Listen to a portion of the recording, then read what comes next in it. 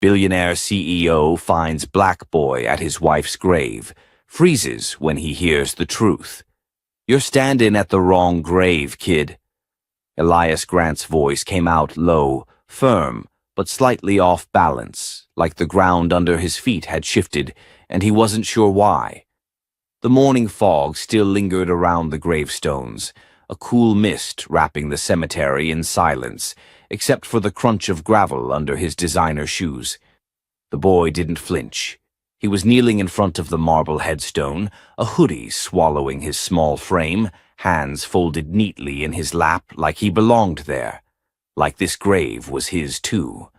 Elias's eyes dropped to the engraved words, "Camille Grant, beloved wife and mentor, 1979 to 2021. Elias swallowed hard. That pain never really went away. Even 2 years later, the sight of her name in stone hit him like a punch to the chest. "I'm sorry," the boy whispered without looking back. "I didn't mean to bother you." That voice, that tone. Elias's gut tightened in a way he couldn't explain. "I visit her every week," the boy said, still not moving. "My mom says this is where my real dad comes to talk to her." Elias blinked, his hand tightening around the bouquet he brought. For a second, he thought he misheard. "What did you say?" The boy finally turned his head. Wide, dark eyes met Elias's, not frightened, not even surprised. Just tired. Tired in a way a child shouldn't be. "My mom said this is her grave. She told me you come here a lot. That maybe one day I'd get to meet you."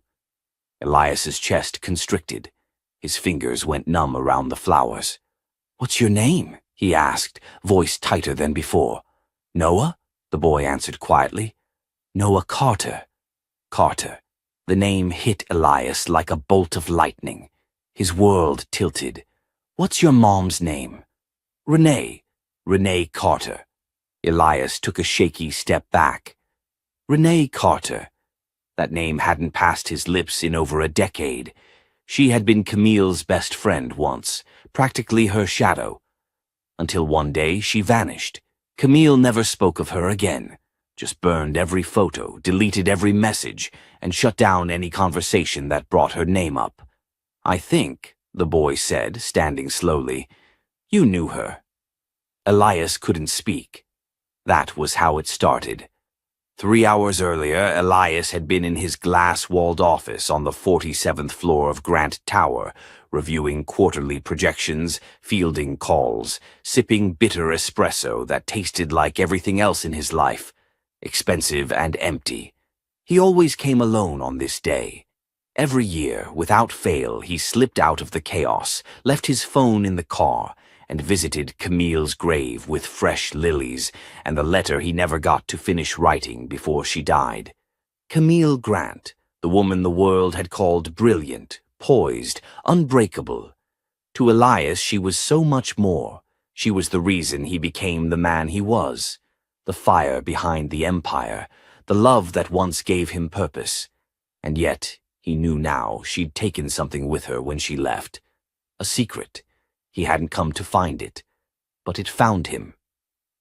Noah stood quietly now, watching Elias like he wasn't sure what to expect next.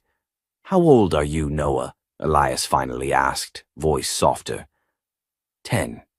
Elias nodded slowly, mind racing. That would have placed his birth right around the time Camille was dealing with her second miscarriage, the one that left her unable to carry again. At least, that was the story she told him. He stared at the boy, his sharp cheekbones, that dimple on the left side when he tilted his mouth just slightly, those eyes that looked so heartbreakingly familiar.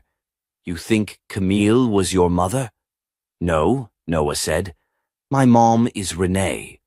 But she said Camille was like family, that they were connected, that she promised to take care of me.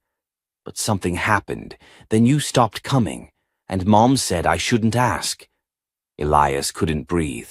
"Why are you here today, Noah?" "I just wanted to see you, to see if you'd look at me like she used to." "Who?" Camille. Silence fell between them, thick and strange. Elias crouched slightly, setting the flowers down. His voice dropped lower. "Did your mom ever say who your father was?" Noah shrugged. "Only once. She said he wore suits that cost more than her rent and ran from things he should have protected." Elias winced. "She also said he probably didn't know I existed." His hands curled into fists, but not out of anger. Out of shame. Something old and buried was waking up in him. "Does she know you came here?" Noah shook his head. "She's at work. I snuck out. I don't think she ever thought I'd find you." Elias exhaled slowly. This was too much. Too fast. His carefully built life, his company, his wealth, his reputation, none of it had prepared him for this. Still kneeling, he looked the boy straight in the eye. "Noah," he said, "I don't know what happened between Camille and your mother.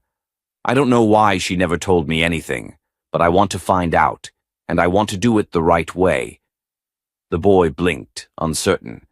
"I'm not promising anything except this," Elias continued. "If what your mother said is true, if I am who she says I am, then I should have been there from the start." Noah's mouth trembled, and for a moment Elias saw it. That fracture in the boy's armor. The hope trying to sneak through. "I should go," Noah whispered, "before she gets home." "I'll take you." Noah hesitated, then nodded. The ride was quiet. Elias drove a matte black Bentley, completely out of place in the rundown neighborhood Noah called home. When they arrived at a faded yellow apartment complex, Noah pointed to the second-floor unit. Elias parked and opened the door for him, suddenly unsure what to say. "Tell her I didn't mean to find you," Noah said before heading up the stairs. "I just needed to know." He disappeared through the door.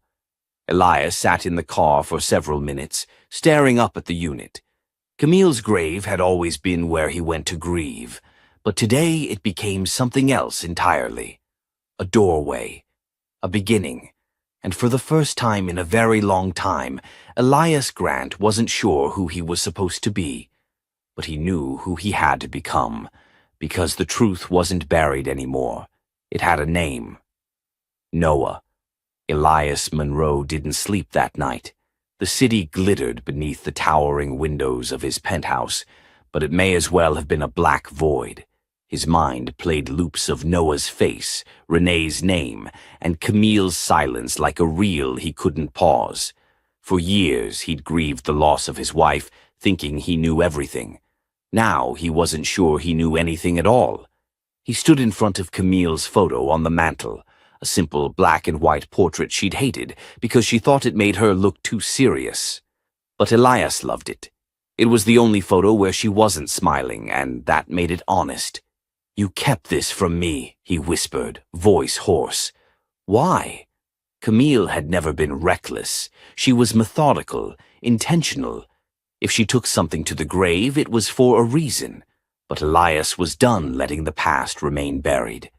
By sunrise, he was behind the wheel again, driving toward the south side instead of the Monroe Tower. He didn't tell his assistant. He didn't check his phone. He needed answers, unfiltered, and face-to-face. When he knocked on the faded green door of apartment 2B, the sound echoed down the hallway like a warning. It was Renee who opened it. For a second, her expression didn't register him. Just a tired woman answering her door at 7 a.m. in a too-big sweatshirt and hair pulled back in a scarf. Then her eyes locked on his. Elias watched the air leave her lungs. "You," she said, her voice a blend of disbelief and venom. "You've got nerve. Renee, no, you don't get to say my name like that, like you didn't disappear." "I didn't even know," he said, stepping forward. "I didn't know about Noah, about anything." She didn't back up, didn't blink. "And now you do. So what, Elias? You come here to feel guilty in person?" "I came here because I saw him at Camille's grave." Her jaw clenched. "I asked him not to go." "You should have told me," he said, voice cracking. "You should have told me I had a son." She laughed once, sharp and bitter. "You think I didn't try? You think I wanted to raise a child alone, struggling paycheck to paycheck, while you played grieving husband in your glass castle?" Elias was stunned. "You reached out?" "I wrote letters," she said, fire rising in her voice. "I emailed your assistant. I even sent one to Camille." His blood ran cold. "Camille never said a word." "Of course she didn't," Renee said, crossing her arms. "Because she made a choice. A choice for both of us." Elias took a breath. "Why?" Renee hesitated. "You want the truth?" "I need it. Because Camille didn't want to share you. Not with anyone. Not with the woman she thought ruined her marriage. Not even with the child. She told me to disappear. That it was better for everyone." Elias felt his knees weaken. "That doesn't sound like her." "She was grieving, angry, and she thought you'd never forgive her if you knew the whole truth." "What truth?" Renee hesitated again, then said softly, "Noah isn't just your son. He's also hers." The silence hit like a wave of bricks. Elias blinked. "What are you saying?" Renee turned and walked into the apartment. He followed, slow, disoriented. She pulled a small binder from a drawer and handed it to him. Medical records, custody paperwork, a notarized agreement. She couldn't carry again after her second miscarriage, but she wanted a child, and she asked me. Elias stared at the documents like they were written in another language. "You were the surrogate." "Not exactly. It was complicated. We were close, closer than you knew. Camille didn't want it in the press. She didn't want you to worry. But when the time came, everything changed. She panicked, said it was a mistake. And you kept him." "I loved him from the moment he kicked," Renee said quietly. "And I told her I'd raise him. But I didn't think she'd walk away completely." Elias sat down on the old couch, the room spinning around him. "She never told me," he murmured. "She didn't trust herself," Renee replied. "And after she passed, what was I supposed to do? Just show up at your front door with a kid and a story no one would believe?" "I would have believed you." "You wouldn't have wanted the responsibility," she said, almost too quietly. He met her eyes. "I do now." A long silence fell between them. "You don't get to erase the years you missed," she said at last. "You can't just sweep in now and play Father of the Year." "I'm not here to play anything," Elias said, "but he came to me, and I won't turn my back on him." From down the hall, a soft voice called out, "Mom?" Noah stepped into the room, rubbing his eyes. He froze when he saw Elias. "You came back." Elias nodded slowly. "I told you I would." The boy looked between him and Renee, uncertain. "Is this okay?" he asked his mom.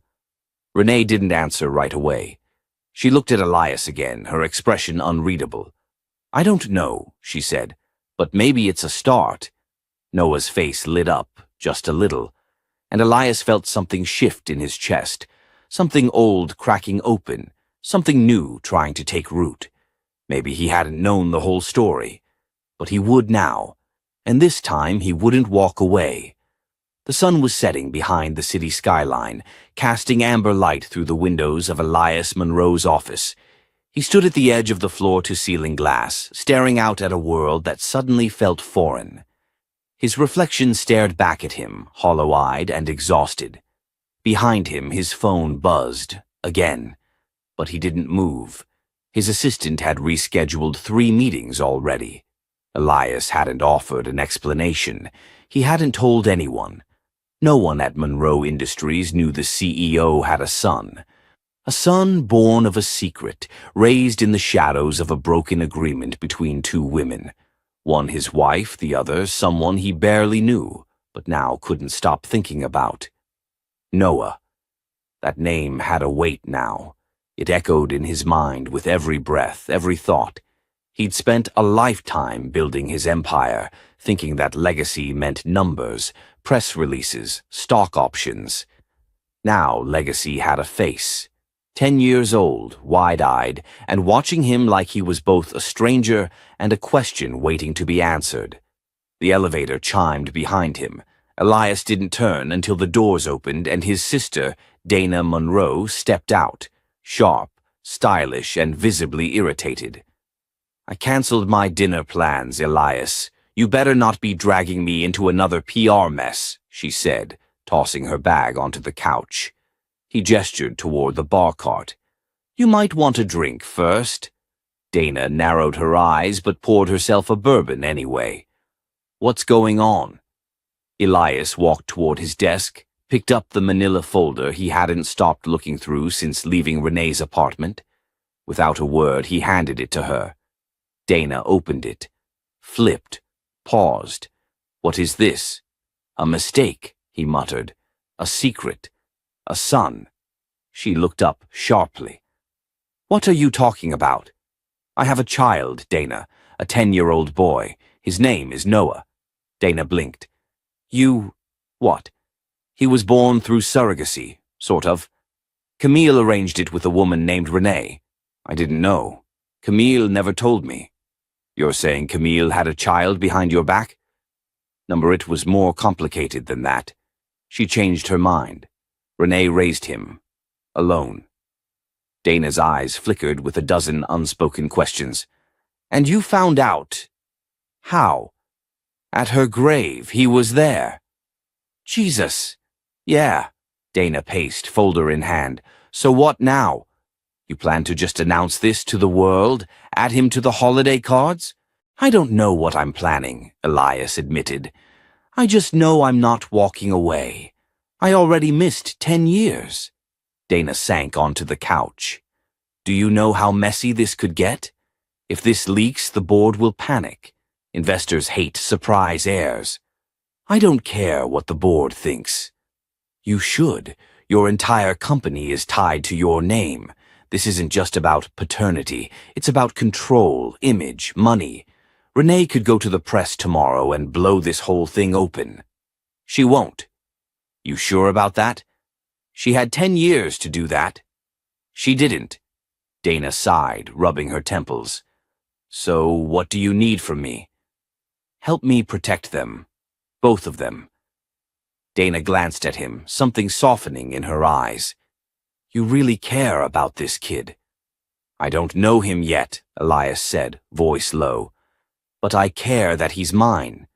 And I care that he's been out there thinking he wasn't wanted." Dana nodded slowly. "Then we start with legal. I'll pull up guardianship procedures, background checks, paternity confirmation. Quietly." "Thank you," she smirked. "Don't thank me yet. This could get ugly." That night, Elias didn't return to his penthouse. He drove back to Southside, parked a block away from Renee's apartment, and sat in the car like a man trying to remember how to be human. At exactly 8:12 p.m., a knock came on his window. He looked up to see Noah, wearing a hoodie, jeans, and a backpack slung over one shoulder. "You stalking us now?" the boy asked, more curious than afraid. "I was hoping I might catch you," Elias replied, getting out of the car. Noah shrugged. "I'm going to the community center, chess night." "You play?" "Every week," Noah said, eyes flickering with pride. "Coach says I've got real strategy." Elias smiled, surprised. "Mind if I walk with you?" Noah hesitated, then gave a casual nod. "Sure, but I'm not letting you win." As they walked, Elias noticed how easily the boy moved through the neighborhood. People waved, nodded, called his name. This place, this modest strip of brick buildings and chain-link fences, was his world. "You live far from here?" Noah asked. "Yeah. Midtown, the place with the buildings that look like they're from movies." Elias laughed. "Kind of." Noah nodded. "Mom says fancy places don't make people better. They just make it harder to tell who they really are." Elias stopped walking. That's a smart thing to say. She says a lot of stuff like that. They reached the community center. A volunteer at the door gave Noah a warm high five and looked at Elias with curiosity. Elias offered a small nod but didn't go in. "I'll wait out here," he said, "if that's okay with you." Noah stared at him for a long second, then said, "You don't have to. But thanks for coming." As the boy disappeared inside, Elias leaned against the fence, watching him join a circle of kids around a chessboard. 10 years ago, he'd buried Camille and thought that was the end of their story. But it wasn't. It was only the beginning of another one. And this time, he wasn't going to miss it. The knock came just after 9. Renee had just managed to get Noah to finish his homework and was halfway through washing dishes when the soft rapping echoed through the apartment. She froze, dish towel in hand, heart skipping once before resuming its careful rhythm. It wasn't unusual to have visitors this late in the neighborhood, but something about the knock was different, hesitant, purposeful. She opened the door to find Elias standing there, dressed in a charcoal sweater and dark jeans, nothing like the corporate armor he normally wore. He looked human and exhausted. "Is he asleep?" he asked quietly. "Just went down," Renee replied, crossing her arms.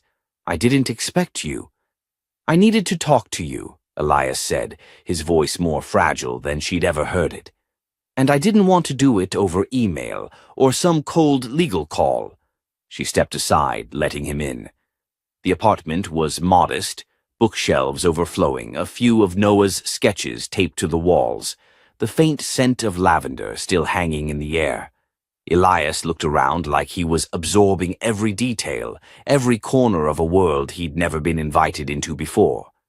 "Sit," Renee said, gesturing to the worn couch. "Talk." He sat down slowly, hands clasped in front of him like he was preparing to confess a sin. "I know why you did what you did," he started. "I know Camille made you promise to stay away." Renee didn't flinch. "And I kept that promise." "I know. But I also know Camille never told me. About Noah. About any of it." She looked at him sharply. "You really expect me to believe you never knew?" "I didn't," he said, his voice breaking. "Not until I saw him at her grave."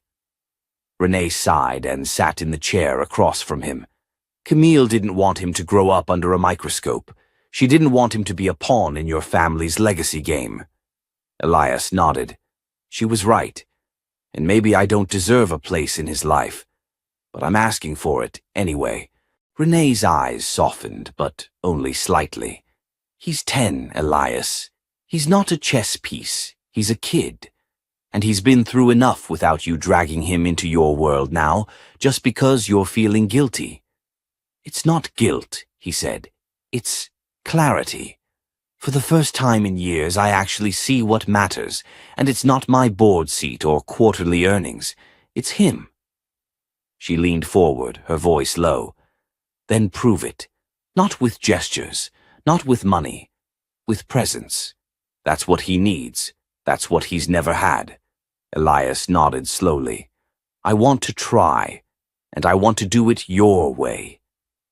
A long silence stretched between them. Renee studied him, trying to determine if this was just another move from a man used to getting what he wanted. Finally, she said, "Okay, but this isn't about what you want, it's about what he needs. You understand that?" "I do." "Good, because if you hurt him again, there won't be a second chance." The next morning, Elias showed up at Noah's school just before the first bell. Renee watched from the sidewalk as Noah spotted him at the gate and walked up, backpack slung over one shoulder. "You here to embarrass me?" the boy asked, eyeing him suspiciously. Elias smiled. "Number, I'm here to walk you in. If you're okay with that." Noah shrugged. "Yeah, I guess." They walked side by side, silence stretching until Elias cleared his throat. "Your mom says you like science." Noah glanced over. "Yeah, I want to be an engineer, space stuff." Rockets, maybe. Elias smiled. I might know a few people who can help with that. Like who? Elon Musk, Elias chuckled. Number. But I know some folks at MIT and NASA. Noah blinked. Wait, for real? For real, but only if you're serious about it. I am, Noah said, eyes lighting up for the first time. Like, really serious. Good. Then let's make it happen. That afternoon, Elias met Dana back at his office. You're glowing, she said, smirking as she set a thick folder on his desk. You look like you just closed a $100 million deal. I think I just got my son to talk to me for longer than 30 seconds, Elias replied. Well, here's the part that might ruin your good mood. She opened the folder. I ran that background check you asked for. Renee Carter. Elias frowned. She's clean. No way she has skeletons. She doesn't, Dana said. But Camille did. He froze. What are you talking about? Dana flipped to a page near the back. Camille didn't just choose Renee randomly. They knew each other. From college. Same dorm, same activism circles. They were close, and I found emails, old ones, archived on Camille's law school server. She wrote to Renee a few months before she got sick. About you. Elias picked up the paper, scanning the lines. His throat tightened. She wanted to tell me, he whispered. She did, Dana said quietly. But your father got to her first. Elias looked up, stunned. What? Your father had her followed, intercepted emails, threatened to revoke her medical trust if she didn't cut ties. Elias dropped the paper. Jesus. He buried this, Elias. Buried it deep. He didn't want any disruptions to the family name.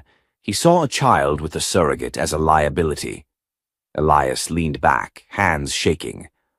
All this time, I thought Camille had chosen to keep it from me. I thought Renee was just protecting a secret. No, Dana said. They were both protecting you. From the man you never dared to stand up to. Elias felt the floor shift beneath him. His empire, so carefully built, had always stood on someone else's silence. Now it was time to break it. The walls of Elias Grant's penthouse had never felt so hollow. He stood before the floor-to-ceiling windows, staring out over a skyline that once meant everything. His reflection stared back, sharper than he remembered, older than he expected. The truth Dana had uncovered kept ringing in his ears. His father, Franklin Grant Sr., the man who built the empire Elias now ran, had manipulated Camille's silence, controlled it, weaponized it. And Elias, he'd spent years believing she'd simply chosen to disappear. He turned from the glass and paced across the room, his footsteps muffled by plush carpet. Dana sat on the leather armchair nearby, watching him quietly. She had seen him close billion-dollar deals without blinking, dismantle rival companies with 3 sentences. But this Elias, wounded, haunted, was someone entirely different. I need to see him, Elias said, finally breaking the silence. Franklin? Elias nodded. He needs to look me in the eye and explain it. I want to hear it from his mouth. Dana hesitated. You sure you're ready for that? The man's got a long record of gaslighting his own board. You think he won't twist this too? I don't care if he tries, Elias said. I need to say what I've been holding in for years. I need him to see what he broke. Later that afternoon, Elias pulled into the circular drive of the Grant estate, a place that hadn't changed since his childhood. Black iron gates, hedges clipped with military precision, the house looming like a monument to legacy. His father was in the sunroom, seated in a high-backed leather chair, reading a financial report. I wasn't expecting you, Franklin Sr. said, barely glancing up. I figured that's how you prefer things, being in control. Franklin folded the paper with slow, deliberate care. Is this about Camille? Elias stiffened. You know damn well what this is about. Franklin raised an eyebrow, like a man being mildly inconvenienced by a bad investment. You were distracted, emotional. She would have derailed your focus. She was carrying my son. And you have him now, Franklin said evenly. The result is the same. The result, Elias said, voice rising, is 10 years of a child growing up without his father, of a woman dying without closure. And you think that's a success story? Franklin stood slowly. I think you forget what it costs to be powerful. You want your empire or you want bedtime stories and PTA meetings. You can't have both. Elias stepped forward, fury boiling beneath his skin. I'm not you. Franklin smiled, just slightly. But you're still in my house. Elias held his gaze for a long moment, then turned and walked out, heart hammering, every inch of his body vibrating with rage. This time there would be no more silence, no more shadows. He had work to do. The next morning he met Renee at her apartment. You look like you haven't slept, she said as he stepped inside. I didn't. I went to see my father. Her expression hardened. And? He doesn't regret it, Elias said. He thinks he saved me. Renee sighed, sitting across from him. That sounds about right. But he didn't just silence Camille, Elias added. He's still doing it. He's still threatening people behind closed doors. Anyone who challenges him inside Grant Industries gets buried. Renee's eyes narrowed. You're saying there are more victims? I'm saying Camille wasn't the first, and she wasn't the last. He reached into his coat and pulled out a slim folder, handing it to her. What's this? She asked, flipping it open. Proof. NDA violations, payouts, forced resignations of women who spoke up. This is bigger than me. Renee scanned the pages, her breath catching. You're planning to expose this? Elias nodded. I've already contacted a journalist at the Sentinel, one who's been after Grant Industries for years. But I want your help making sure the story hits hard. I want people to see Camille and Noah. Renee was quiet for a long beat. You really mean this, she finally said. I do, and I'm not backing down. She stood slowly, looking him in the eye. Then let's finish what Camille started. By the weekend, a draft of the article was in place. Dana had combed through every document, redacting names for safety but keeping the substance sharp. The headline read, Legacy of Silence, How Grant Industries Buried Truths to Protect a Name. Renee wrote the opening paragraph. She didn't mention Camille's full name, but her words cut like glass. She died protecting the truth, but the truth deserves to live. The story dropped Monday morning. By noon, the phones at Grant Industries were ringing off the hook. Major clients demanded answers. The board called an emergency session. Employees forwarded the article in hushed tones, and somewhere in D.C., an intern in a public policy class read it and cried, remembering how she too had been told to stay quiet. Renee and Elias sat side by side in the newsroom conference room as the story aired on TV. Noah, playing on the carpet nearby, looked up occasionally but didn't fully understand what was happening. That's you, he said, pointing to Elias on screen. Yeah, Elias replied softly. That's me. Noah tilted his head. Are you in trouble? A little, Elias admitted with a crooked smile. But it's the kind that makes things better. Noah nodded and returned to his Legos. As the segment ended, Renee looked at Elias. So what happens now? He leaned back, exhaling slowly. Now, he said, we rebuild. But this time we do it right. The boardroom at Grant Industries was unusually silent. 12 directors sat around the obsidian glass table, each with a copy of the newspaper folded neatly in front of them. The headline still burned, Legacy of Silence, How Grant Industries Buried Truths to Protect a Name. At the head of the table sat Elias Grant, tie loosened, jaw tight, eyes unblinking. Across from him sat his father, Franklin Sr., looking composed, as if none of it touched him. But the slight twitch at the corner of his eye betrayed something Elias had never seen before: unease. Chairwoman Judith Lansing cleared her throat. "Elias, I'll be blunt. The company's stock dropped 4% in the last 36 hours. Clients are on edge. We've received media requests from every major outlet. And now there are whispers of class action lawsuits forming." Elias nodded. "I'm aware." "You broke protocol," another board member snapped. "You didn't consult us before going to the press." "I didn't break protocol," Elias said evenly. "I broke silence. There's a difference." Franklin leaned forward. "This isn't about integrity. This is about you letting emotion cloud judgment." "Emotion?" Elias stood, planting his palms on the table. "My wife died believing I'd abandoned her. My son grew up without a father. Women were silenced because of us. And you want to call that emotion?" Judith raised a hand. "Sit down, both of you. This is bigger than a father-son feud. This is corporate survival." Elias's phone buzzed on the table. A text. He glanced down. From Dana. "The whistleblower just went public. Check your inbox." He opened the email and froze.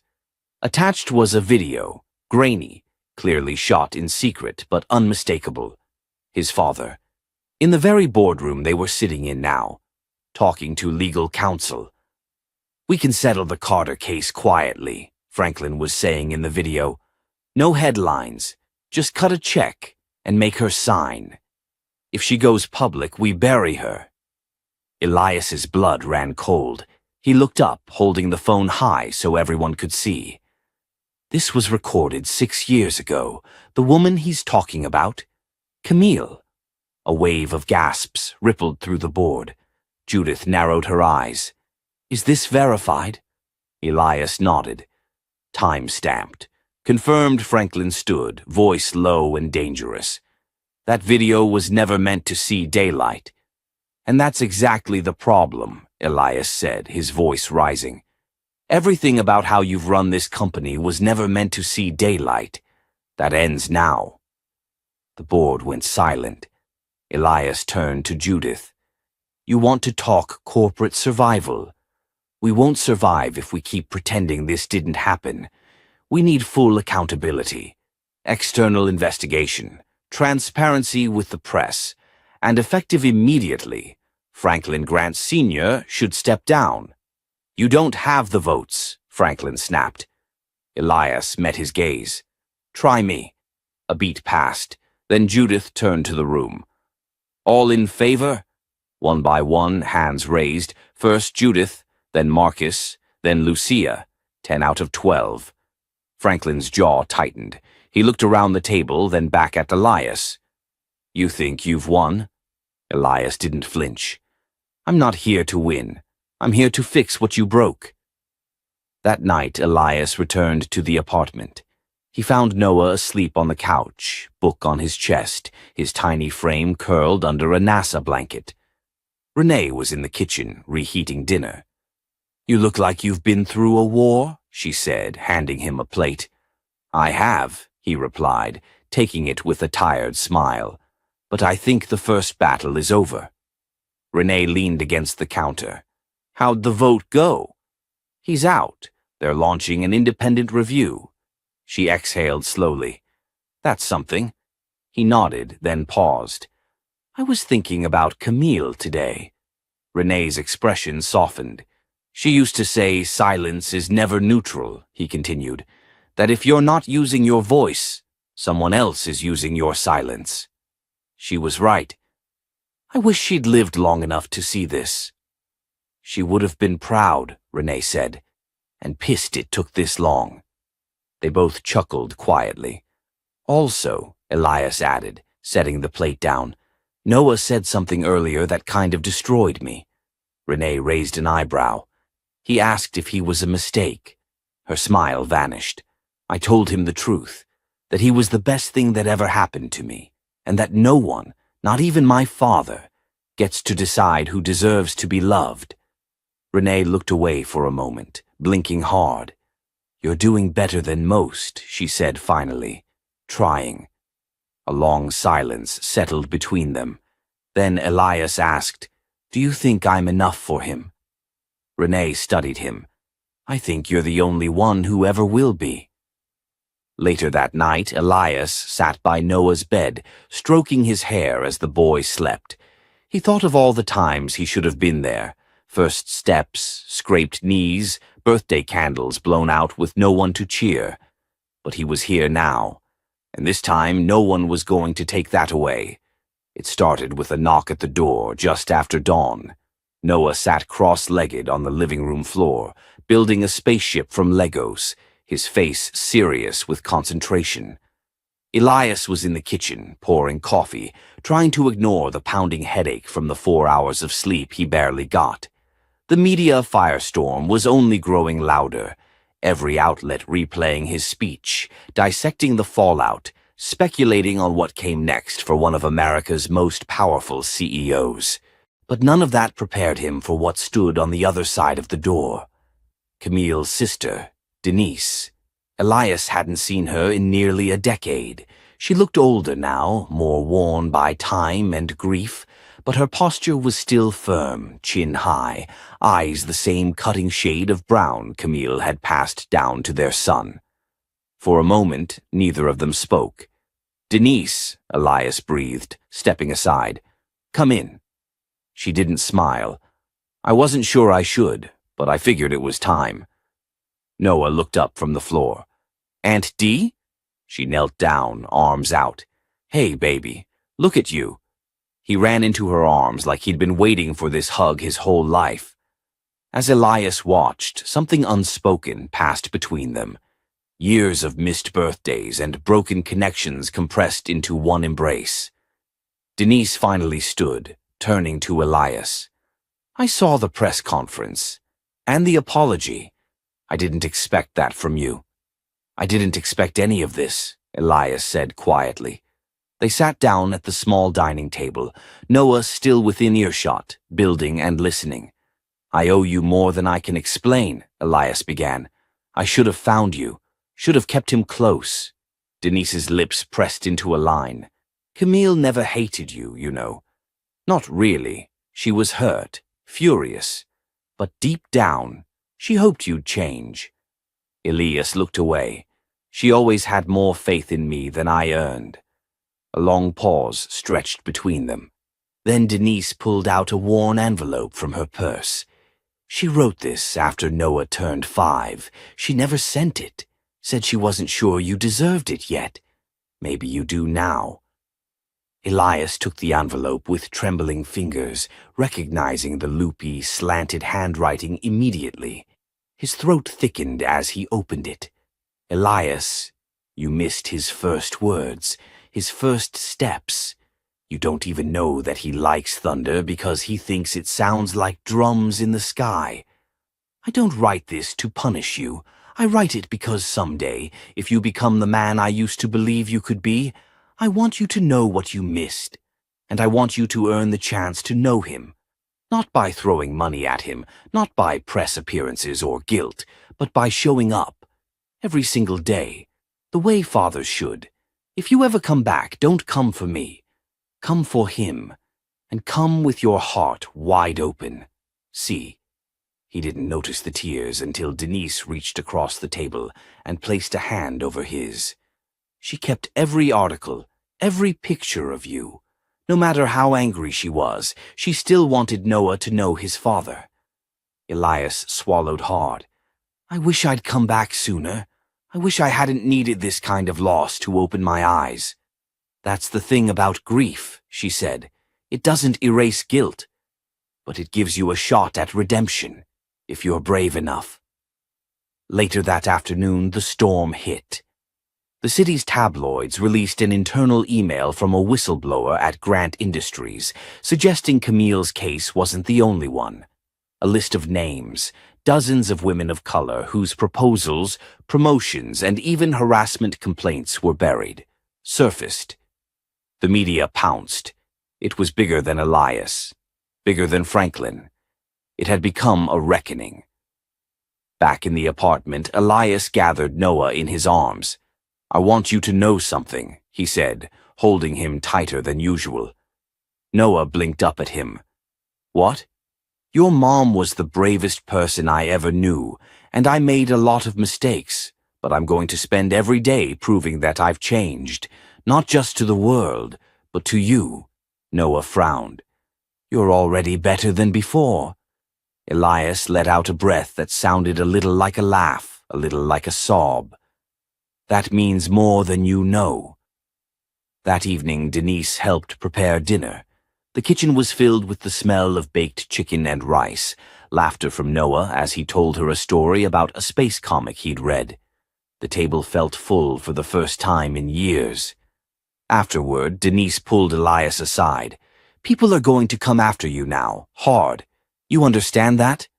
"I do," he said, "but I'm not hiding anymore. Not behind wealth, not behind excuses." She looked at him carefully. "Camille would have liked this version of you. I just hope Noah grows up liking him too." The next morning, Elias went live on national television. He stood at the same podium where his father once made expansion announcements and profit projections. But this time there were no charts, no scripts, just a man in a suit with tired eyes and a fierce resolve. "For years, my company has operated in silence, choosing reputation over truth, image over integrity. That ends now." He laid out a plan, an independent task force to review internal cases, compensation funds for silenced employees, his resignation from all executive power until the investigation concluded. "I'm stepping aside not to escape accountability, but to make room for justice." As he finished, a journalist called out from the crowd, "Why now, Mr. Grant?" Elias looked into the camera, eyes steady. "Because my son asked me why people like him don't get to be seen. And I never want to give him the same answer I once gave myself, because power didn't care." The silence that followed was louder than any applause.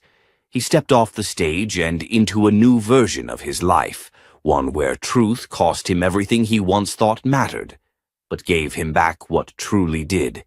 The smell of rain lingered in the air, fresh from a summer storm that had swept through Los Angeles just hours before the memorial service. Rows of white chairs dotted the grassy field of the Ridgeview Community Garden, Camille's favorite place in the city, the same place she used to bring Noah to dig in the dirt, plant tomatoes, or just sit in the shade and talk about the stars.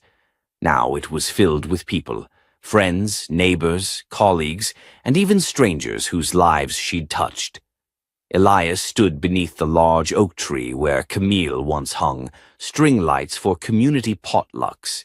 In his hand was a folded piece of paper, trembling slightly in the soft breeze. He took a breath. Camille didn't like grand speeches. She said truth should be short and sharp, like a well-thrown stone. But today, I need more than a stone. He paused, scanning the faces in the crowd. Noah sitting between Aunt Denise and Dr. Lena Brooks from NASA, his small hand gripping Camille's old notebook. And across from them, dozens of women, many of whom had once been silenced at Grant Industries, now standing in solidarity. She was the one person who never tried to impress me. She didn't care about my title, my money, or my power. She cared about whether I showed up, whether I listened, whether I could admit when I was wrong.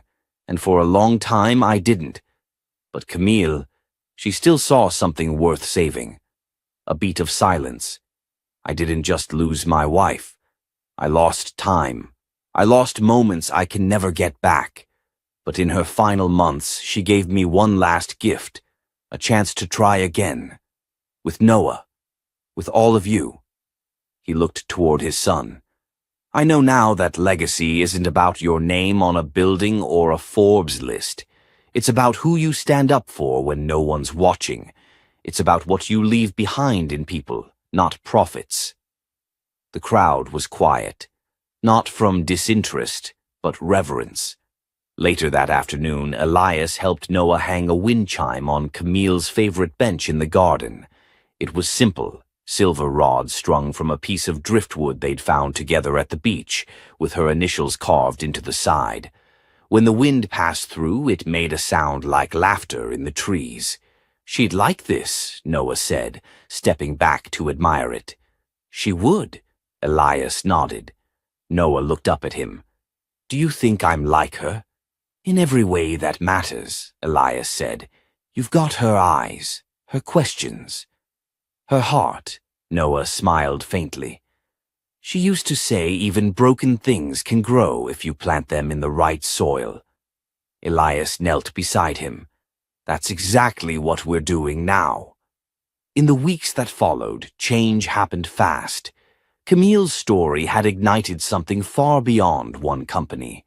State senators called for reviews of workplace discrimination laws.